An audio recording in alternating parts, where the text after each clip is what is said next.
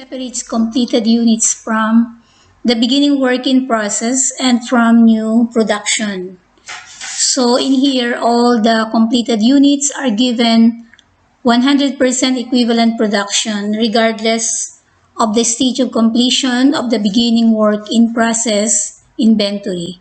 So basically, it is the same with the first chapter that we have taken up, only that in here we have the beginning inventory.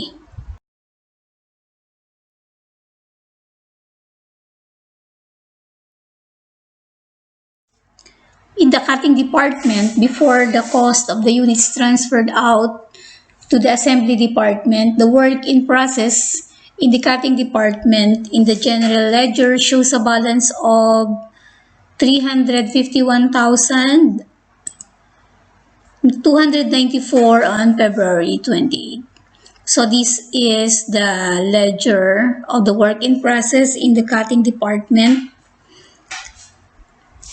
So transferred, ito yung ating beginning, ito yung ating ending balance ng work in process, January 31. So it becomes the beginning work in process for the month of February.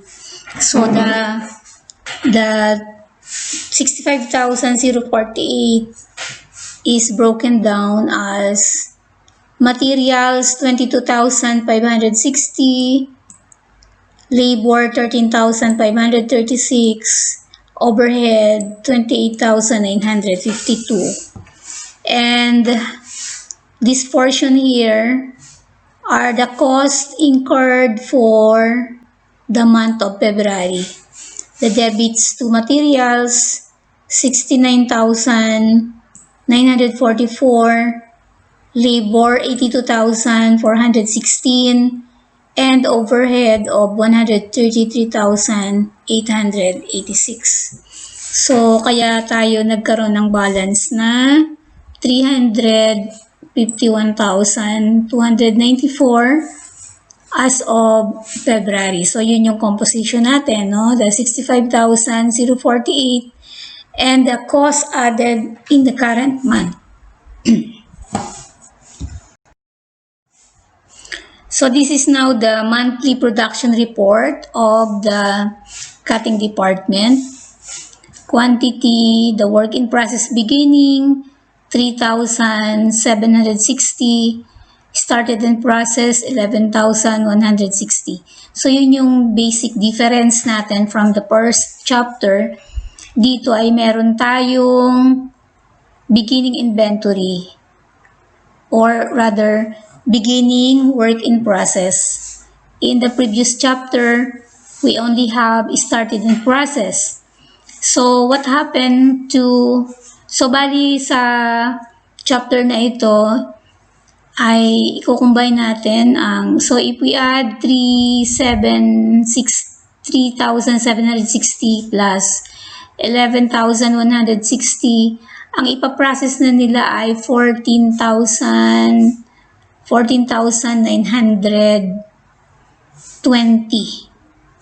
So, pagsasamahin natin yung beginning at saka yung started in process. So, what happened? So, ito yun, no? 14,920. So, yun yung pagkakaiba sa first chapter natin. Then, transferred out to the next department, and work in process ending. So, pag inad natin itong dalawang ito, it also account for the 14,920. So, these are the stage of completion. So, parang dinidisregard na natin yung stage of completion ng beginning na 140.55. Itong 3,760 because parang 100% na rin silang natapos dito sa transfer nating 9,600.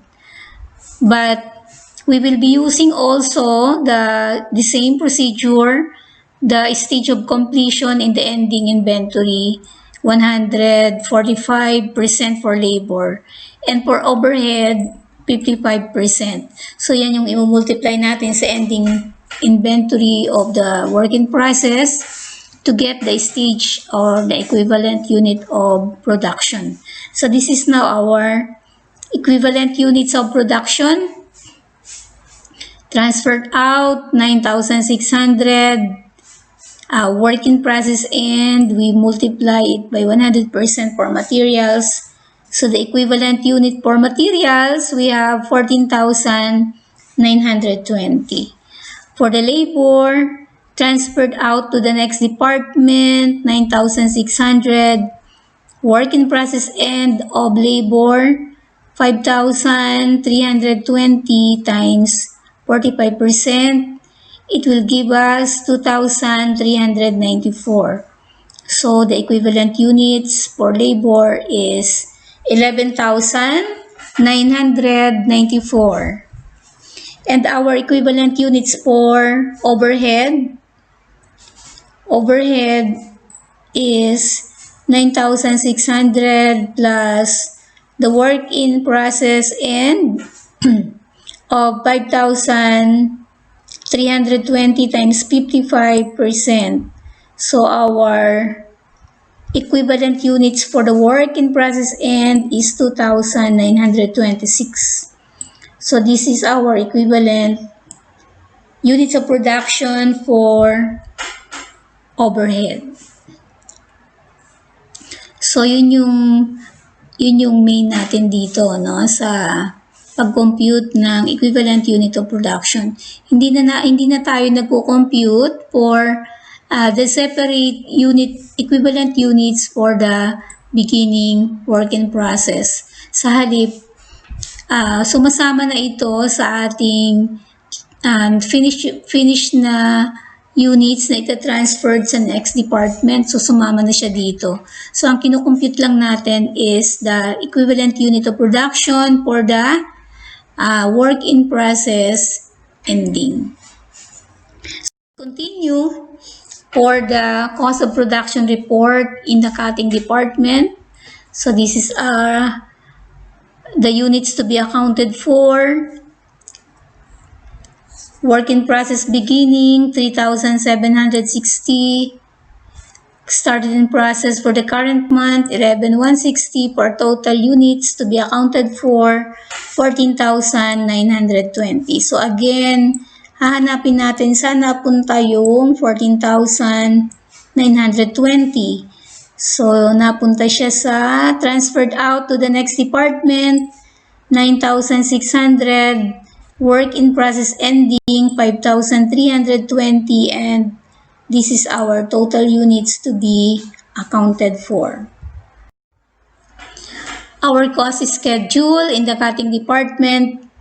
So we have the cost incurred in the department. So we have materials beginning in process, 22,560. Added this month, 69,944. Galing lahat yan sa mga given information regarding the cost. So, ang total materials ay 92,504. We divide it with the equivalent units na na-compute natin kanina. So, it will give us a unit cost of 620.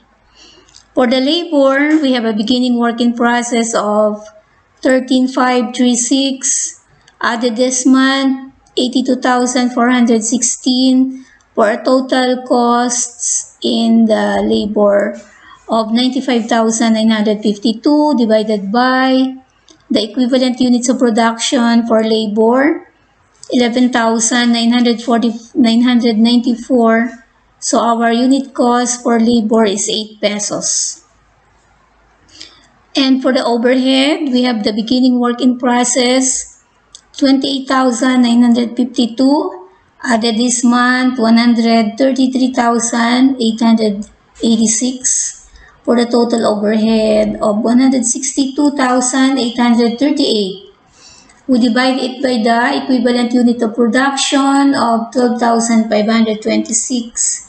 So it will give us 13 pesos. So our total unit cost, 620 plus 8 plus 13 pesos ang total unit cost natin in this department is 27 pesos and 20 centavos.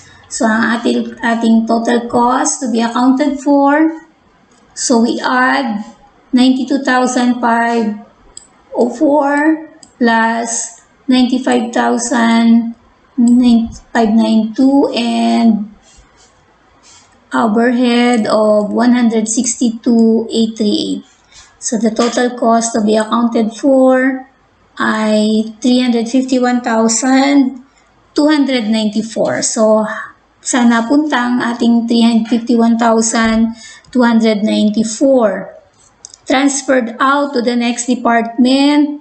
Kasama siya sa units transferred to the next department na 9,600. Pag minultiply natin siya sa 2720, so ito yung dapat na makuha natin, disregarding the discrepancies in decimal point. So that's 261,120. So meron pa tayong natitirang 90,174 na naiwan sa work in process ending. So, meron yang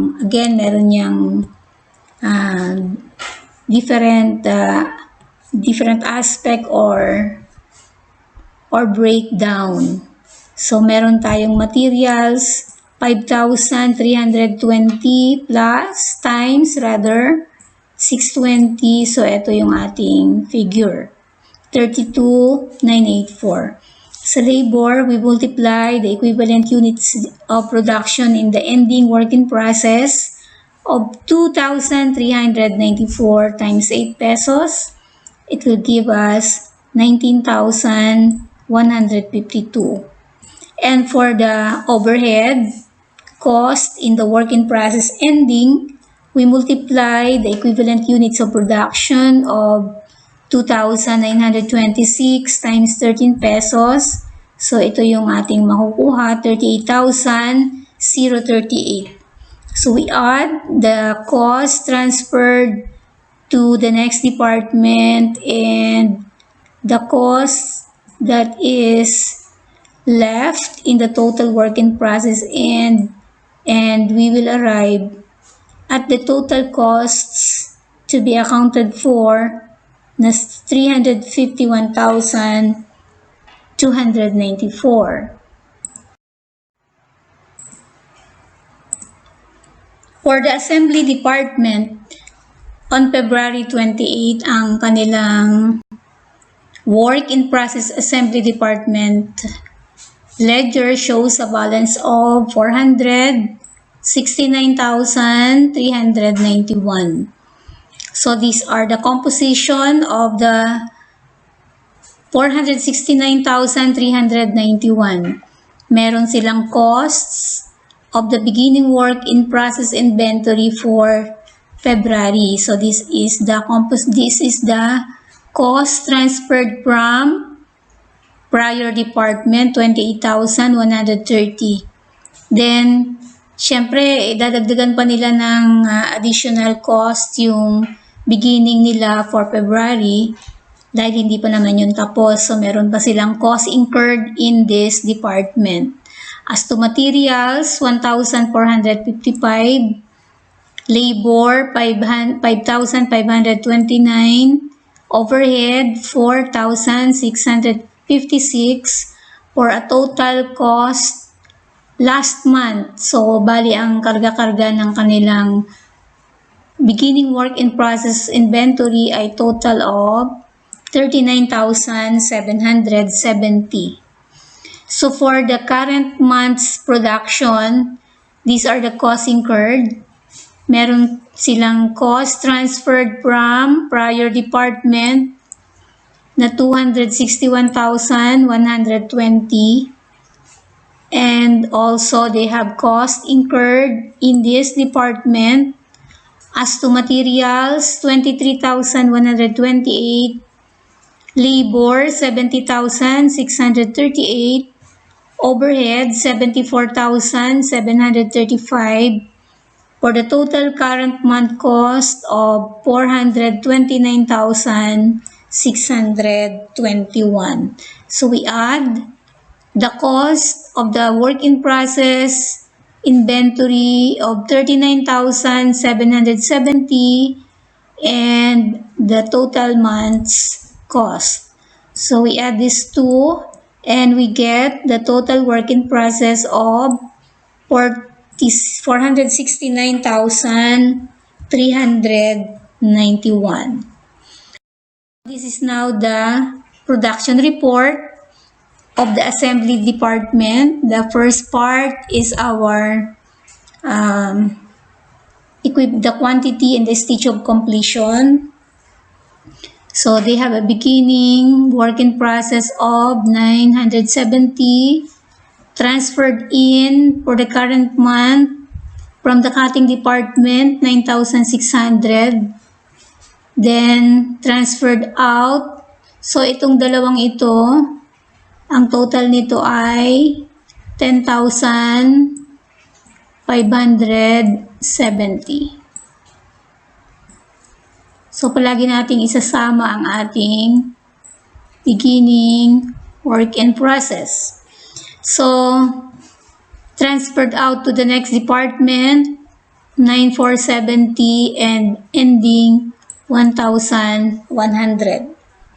So again, binibigay sa atin ng stage of completion in the beginning inventory of the work in process, but it is not to be computed for the beginning inventory. Sa halip ay ina-assume nakasama na lahat ito sa 9,470 na transferred out to the next department. So ang gagamitin lang natin ay ang stage of completion ng work in process ending. So dahil ngayon ay pare-pareho tayong 55%, malamang pare-pareho din ang ating equivalent units for materials, labor, and overhead. So i-compute muna natin ang units or the equivalent units for transferred in cost. So 9,470 ang transferred to the next department, and then work in process end is 1,100.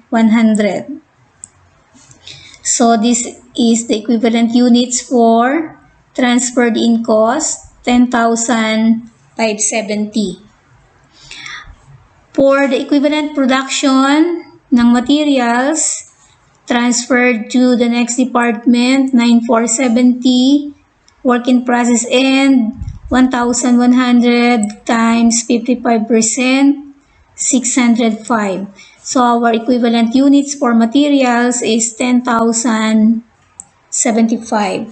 So dahil pare-pareho ang ating equivalent or the stage of completion na 55% for materials, labor, and overhead, so pare-pareho din ang ma-attain natin na equivalent production for labor and for overhead, 10,075. So this is now our cost of production report in the second department. Quantity schedule, we have work in process beginning of 970 units and transferred in the current month of 9,600 for a total units to be accounted for of 10,570. And this is now the accounting for the units transferred out to the next department, 9,470, work in process ending 1,100. So total accounted for 10,570. And these are the costs to be accounted for. Costs transferred in from prior department. So we have work in process beginning of 28,130 and transferred in the current month of 261,120. So dagdag natin yung dalawa na yan. Ang total na cost transferred in ay 289,250. divided by the total units of 10,570. Our unit cost then from the transferred in cost ay 27 pesos and 37 centavos. Cost incurred in this department as to materials, may beginning na 1,455. Added this month, 23,128 for total materials of 24,583 divided by the equivalent units of production of 10,075. So we arrive at a unit cost of 2.44. For labor, our beginning work in process 5,529. Added this month 70,638 for a total labor cost of 76,167 divided by the equivalent production for labor 10,075. So our unit cost would be 7 pesos and 56 centavos. And our overhead cost from the work in process beginning of 4,656, added this month 74,735, we will arrive at the total overhead of 79,391 divided again by the equivalent units of production for overhead 10,075, our unit cost 7.88. So ang total cost for this department would be 180,141. So we add 289, 250, and 180, 141. Our total cost to be accounted for would be 469,391. And our unit cost, yung 27 pesos and 37 centavos, ay madadagdagan ng 17 pesos and 88. So magiging 45.25. And this is how we account for the total cost of 469,391. Transferred out to the next department ay 428,467. This is arrived by multiplying the transferred out units of 9,470 times 45.25. Ito yun, no? Galing dito yun. From here, 45.25. Then, our work in process end. So, cost from prior department na 1,100 times 27.37. So, ang cost from prior department in the work in process end is 30,107. Cost incurred in the department for the work in process end, our materials of 605 times 2.44 equals 1,476. Labor of 605 times 7.56 is equals to 4,574. And our overhead of 605 times 7.88 equals 4,767 for a total work in process of 40,924. So we add the 428,467 plus 40,924. So that will be our total cost accounted for na 469,391. In the last department, the packaging department, these are the cost data for the month of February.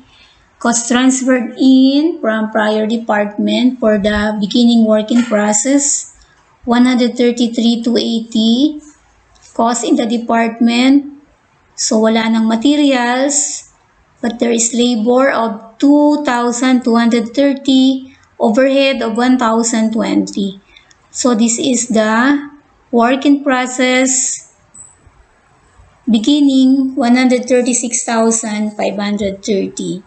Cost this month from prior department 428,467. Cost in the department, materials 2,560, labor 20,480, and overhead 16,885. So this is now the total cost this month, 468,392. So we continue with the monthly production report. Our quantity, work in process beginning 2,720, transferred in for the current month 9,470.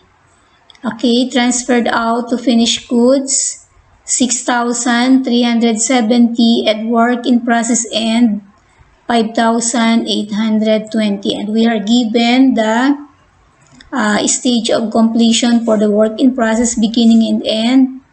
So we have for the ending, dahil ito lang naman yung relevant sa atin, okay, the labor is 20%, zero for materials, and overhead 15%.